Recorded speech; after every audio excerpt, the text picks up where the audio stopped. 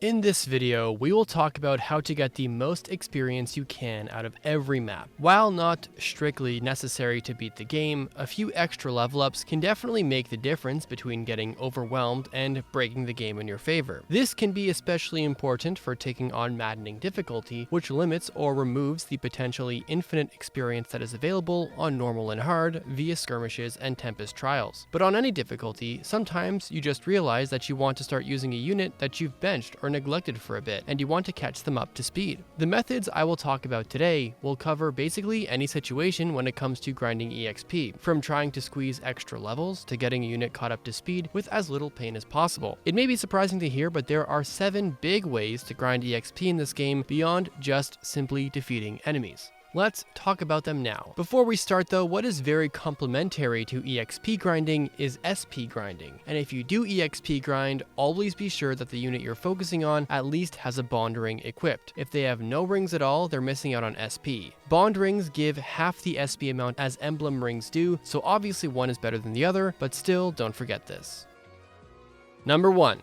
Mentorship and Lineage. These two skills are cheap sync skills that can be inherited as soon as you have Byleth or the Three Houses Lords as emblems. While Lineage is locked behind DLC and Byleth isn't available until after Chapter 14, no discussion of experience gain would be complete without mentioning these skills. The fact of the matter is, some people have DLC and some people don't, but it's best for this guide to mention both if possible. Lineage increases EXP gain by 20% for the unit that has the skill, and Mentorship gives that 20% to both the unit and adjacent units. At only 150 SP for Lineage and 250 SP for Mentorship, these skills are some of the cheapest in the game, and are definitely worth considering just to passively increase EXP gain throughout the game when you have them, or especially combined with the other methods in this video. Just keep in mind, the adjacency bonus for Mentorship does not stack, so you can't double your EXP gain by having 5 units with Mentorship move around the map together. There is a quirk with how Mentorship specifically works when combined with other buffs. For some reason, when multiple EXP buffs are active, Mentorship applies first, then the total is rounded down to the nearest integer. Then all other buffs are applied before rounding down again at the end. When Mentorship is your only EXP buff, this makes no difference, but when multiple buffs exist and your base EXP gained isn't divisible by 5, you will get less EXP than you would expect. Some people have also argued that Mentorship and Lineage aren't worthwhile, as they will get you to a higher level faster, and thus your EXP gain will slow down again. But from a strict mathematical perspective, these skills do increase EXP gain regardless of level, and thus are worth including on this list. Number 2. The Emblems. Micaiah, Byleth, and Tiki. Several emblems have engage abilities that do not attack enemies but still give experience. Great Sacrifice on Micaiah, Goddess Dance on Byleth, or Divine Blessing on Tiki all can generate free experience through just using them. If you have a weak unit you want to train up, give them one of these emblems and have them use their engage skills as many times as you can every map. Even if those units are too weak to fight, you can still use the plentiful engage recharge spots on most story maps to fill up engage meter for free, letting you easily use these abilities 2, 3, or sometimes more times in a chapter. You can also use Favorite Food from Celica if you're doing this on a skirmish. This can give you potentially several free level ups on every map without going out of your way to grind. Or if you want to go infinite, you can set up a combat where neither you nor your opponent can damage each other, giving you an endless way to generate engage meter. Then it's just a matter of repeating those turns over and over again until you have all the experience you want. For example, if you had an underleveled unit and you want to keep charging Great Sacrifice, you can get an adjacent chain guard to absorb the first hit and let the EXP gainer cycle through their engage meter without the risk of dying in combat. One thing to note about Great Sacrifice specifically is that the EXP it gives is related to the number of allies who receive the healing. So if you want to maximize EXP gain for a single use, wait until more of your army is injured. It doesn't matter how much HP you heal, just the number of units. Additionally, armor units using Micaiah apply a +1 defense buff to all units for their next combat, which applies regardless of HP. So if nobody has taken damage, if you have units without the buff, you can still get EXP from Great Sacrifice. We will talk about emblem weapons that are good for EXP, like Marth's Mercurius, Lucina's Parthia, Celica's Recover, Soren's Reflect, and Veronica's Fortify Plus in later sections. Number 3. Staff grinding. Staves have been a staple of generating non-combat experience in Fire Emblem, and it's no different in Engage. Every time you heal a unit, create an obstruction, use the Illum staff, or attempt to freeze an enemy or break them, warp, or do anything else with a staff, you will gain EXP. What is new about Engage is that Micaiah can let any type of unit use staves up to C rank, thanks to her skill, Cleric. This means you aren't limited to grinding free experience through staves based on class. With Micaiah, everyone from Armor Knights to Wyvern Riders can use a staff to get free experience. Micaiah also lets your staff users affect multiple units, so if you want to get more EXP per staff use, you can easily double, triple, or more by getting more than one unit in a single use. To optimize experience from staves, keep in mind that higher rank staves give more XP. Generally speaking, a heal staff will give less EXP than a mend staff, which will give less than a physics staff, and so forth. Utility staves such as Illum, Obstruct, Warp, and Rescue also give EXP, as do combat staves like Freeze and Silence, regardless of if they hit or miss. Some emblems give free staves as emblem weapons. Granted, staves are not infinite, they cost gold to buy and have limited uses, but the amount of experience you can get, even out of a simple 500 gold heal staff, is well worth the time and money. Some emblems give free staves as emblem weapons at bond rank 10. Celica gives a recover staff, Soren gives a reflect staff, and Veronica gives Fortify Plus. These staves give a lot of EXP, and Reflect doesn't even require an injured ally, and it's an AoE. Stats for nerds. EXP equals staff base minus level penalty, minus level difference penalty, if minimum then set to minimum, times mentorship rounded down, times lineage.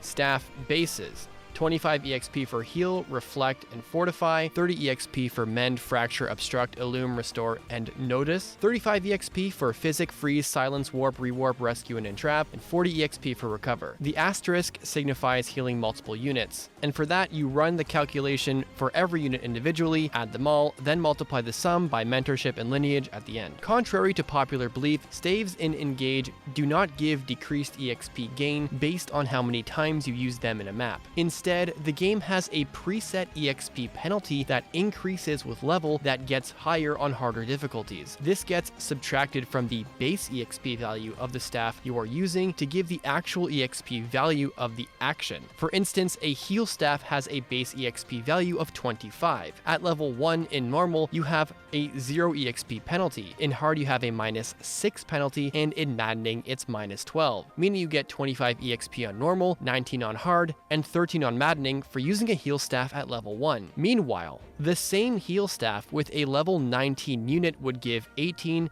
12, and 6 EXP on normal, hard, and maddening respectively. The decrease of staff EXP relative to level is always constant, meaning the same staff use will always give 6 less EXP on hard and 12 less EXP on maddening, no matter the staff or the level. Engage also penalizes you for using staves on units with a significantly lower level than your healer. This is the only other change to the EXP formula with regards to difficulty, as the over-leveling penalty is significantly higher on harder difficulties. Technically, the level being measured is your unit's internal level, not their displayed level, which comes into play when you second seal or early promote, or with some pre-promotes. But the important thing is that while the game actively tries to prevent you from over-leveling, you are still getting guaranteed experience from staves, even if it gets reduced to only 1 point. And because they don't require a target, this makes Illum and Obstruct staves the best staves to use to level an over-leveled healer, as they only suffer the raw level penalty, not the internal level comparison penalty. It is worth noting that Fortify is actually very poor in EXP gain at higher levels, as every ally healed only gives the post-calculation heal EXP. So if you have a high-level healer who is getting 4 EXP per ally healed, you could use Mend for 9 EXP per ally, Physic for 14 per ally, or Recover for 19 per ally, meaning you would have to heal 5 allies with Fortify to get more EXP than healing 1 ally with Recover. Not to mention, Fortify is much more limited in who can use it, being an A-rank staff. Number 4.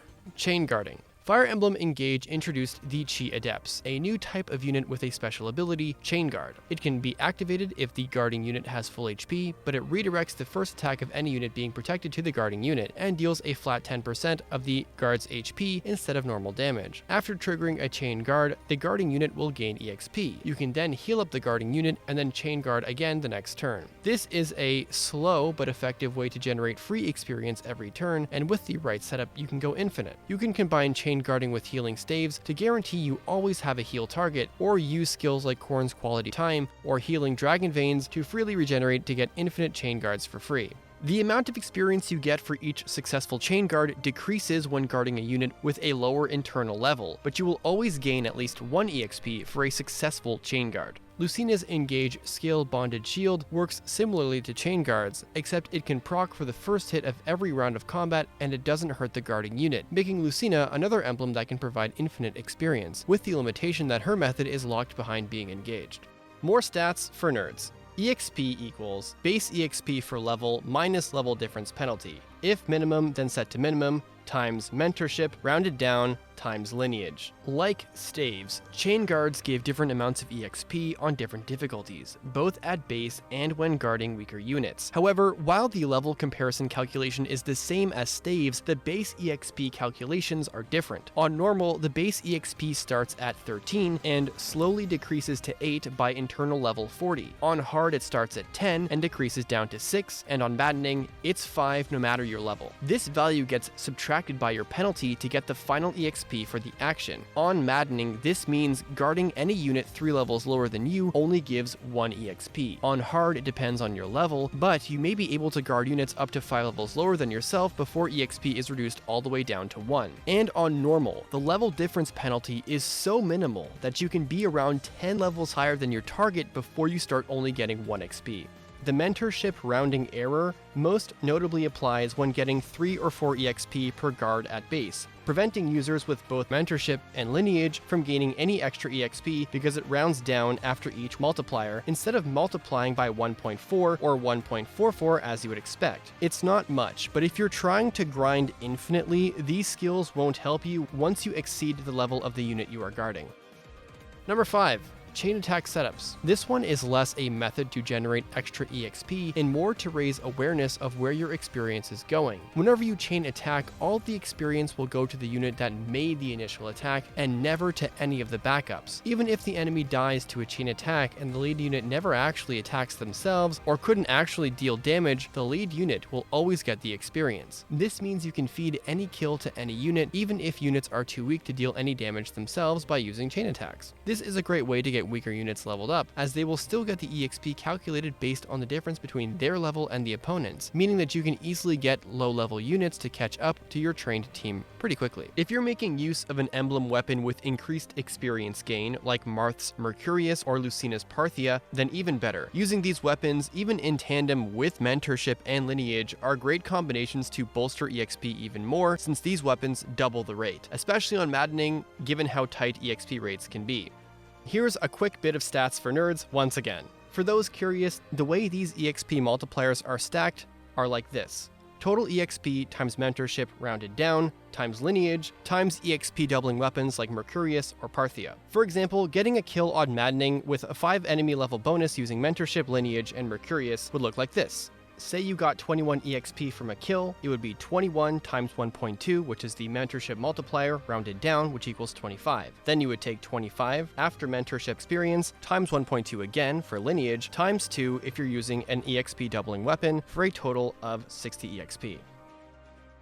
Number 6. Boss life bar kills. Everyone who's played Fire Emblem knows that killing bosses gives the unit that deals the final blow a ton of EXP, but this is because most bosses have a much higher internal level than other enemies. Did you know that Engage gives you a similarly massive EXP drop for every life bar the boss has? With some bosses in Maddening having 3 to even 4 life bars, that's potentially hundreds of EXP going around on a single unit. Choosing how to deal with bosses can be an incredibly lucrative decision-making process in terms of EXP gain. Carefully managing your life bar finishers can be the difference between training a strong team quickly and throwing a lot of EXP away. Number 7. Arena. Last up, but certainly not least in our coverage of EXP gain in Engage, is the Arena. After every map you play, the Somniel activities, including the arena, will all reset. On Maddening, the arena gives a flat 10 EXP per match to whatever unit you choose, regardless of level, making it a great way of leveling your higher leveled units or finishing up a level you barely didn't get in the previous map. It doesn't matter if your unit wins or loses or who they fight, they will always get 10 EXP. On hard and normal difficulty, the EXP gain will be a bit more random, but will always be at least 10. Additionally, on hard or normal, doing any map in the Tower of Trials, or even a quick go at relay trials, will also reset the Somniel, letting you continually grind the arena as much as you want. Despite being more limited on Maddening, this small but very important amount of experience is something you should never leave unclaimed. As a final tip with arena that is very important and often overlooked, emblem rings get unequipped during combat. While thematically this makes sense, it also has the annoying side effect that SP cannot be grinded while using arena. The workaround, while definitely annoying, is equipping a bond ring instead. This way, in your arena training, you will also be getting SP. Here are some arena stats for nerds. While Maddening always gives 10 EXP, the arena formula for hard and normal is actually pretty interesting. It sets a base EXP value for the fight that you will get no matter what, and then adds a bonus if you win, both of which depend on the internal level difference between the two units that fight. Because you can't control what unit you fight, this rarely comes into play, and I was unable to find what level the emblems are considered if they are chosen as your opponent. But while 10 EXP is the base value for fights within one internal level, the base plus win bonus formula means the least EXP you can earn on a win is 15, while the minimum EXP you can get for losing is actually only 5, though this requires the rare circumstance where your unit loses to an opponent more than 6 levels lower than you. If your unit gets matched up against a unit 6 or more levels higher than them, they will gain 20 EXP for a loss and a whopping 50 for a win, which is insane for a source of EXP you can refresh anytime. One more cool fact is that, unlike everything else, this is the only EXP calculation that's the exact same on both normal and hard. And that will do it for today's video. If you ended up learning some new methods to grind EXP that you may end up trying, let me know in the comments below. And if you have any tips we didn't cover, don't hesitate to post those either. Please don't forget to leave a like on this video, as it does help this video get found by others in their recommended tab. And if you haven't subscribed yet, but have been seeing my content in your feed, please consider subscribing for more engaged videos and guides just like this. Finally, if you'd like to support the channel even further, consider joining the Patreon. Thanks for watching. Deuces.